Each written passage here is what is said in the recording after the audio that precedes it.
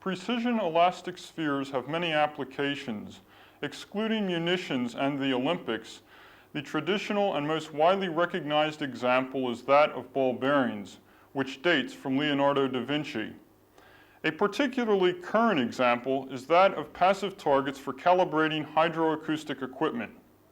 Since copper is rapidly becoming a standard material for such targets, this program has been prepared to show the potential user how copper spheres can be fabricated by machining. The aim is to provide both practical knowledge for those who will make their own spheres and appreciation of the machining process for those who will procure their spheres by purchase.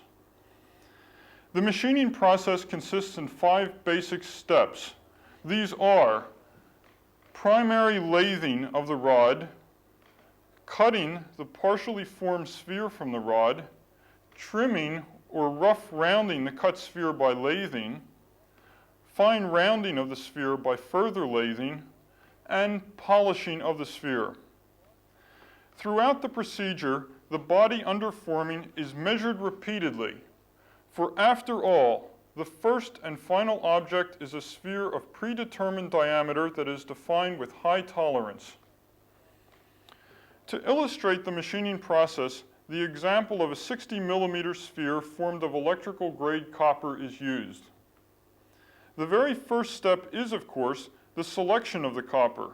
Since this is specified in advance to be electrical grade, the copper is easily procured.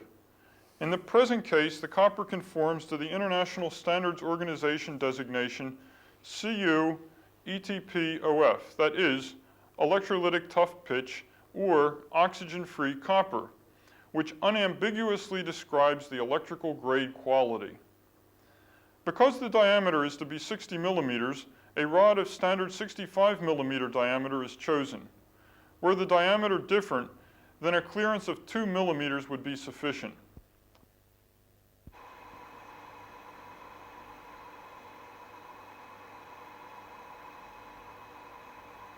The rod is now mounted in a medium-sized lathe and the cutting process begun. This is aided, in fact made possible, by means of a special apparatus which allows the spherical shape to be described mechanically by a cutting tool bit. Turning the thumb wheel advances the bit into the rotating rod, and the sphere begins to take shape.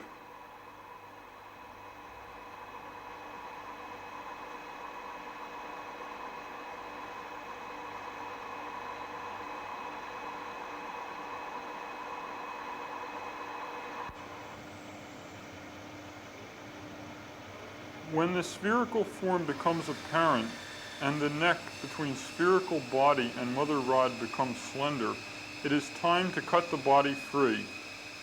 An ordinary hacksaw is adequate for this job, although there are faster ways to do it.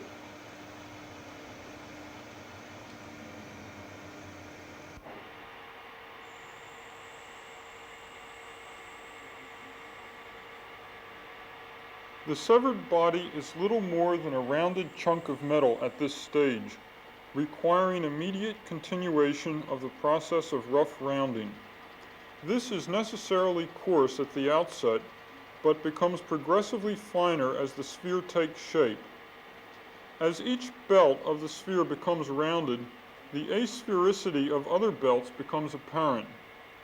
These are addressed in turn. Thus, the process of rough rounding consists in repeated lathings performed over many belt-like regions of the sphere. A tool which is most helpful in the rounding stages is a pair of hold tube segments, which clasp the sphere securely when the lathe is locked for running.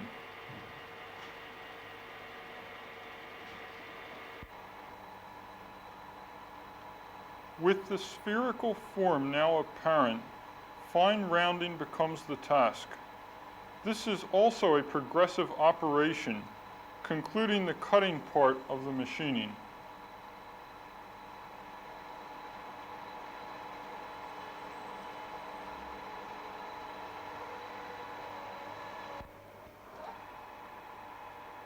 At the final stage in the machining, the sphere is ground with a tool specially made for the purpose.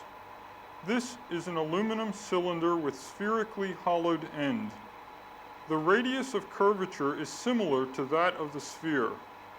A layer of silicium carbonate on oil accomplishes the grinding when the cylinder end is pressed against the rotating sphere.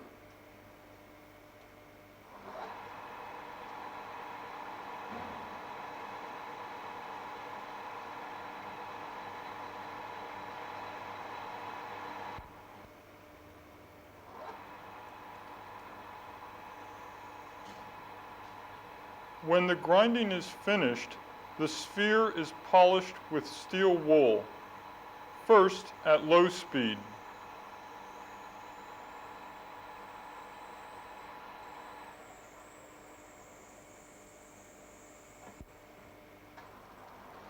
The sphere is later polished at high speed.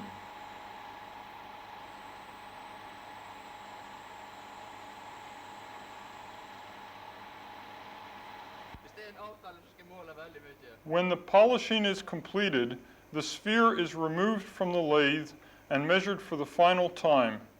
There should be no surprises. In the present case, the result is confirmed to be a sphere of mean diameter equal to 60.00 millimeters with greatest deviations of plus 0.04 millimeters and minus 0.03 millimeters. That is, plus 40 and minus 30 micrometers.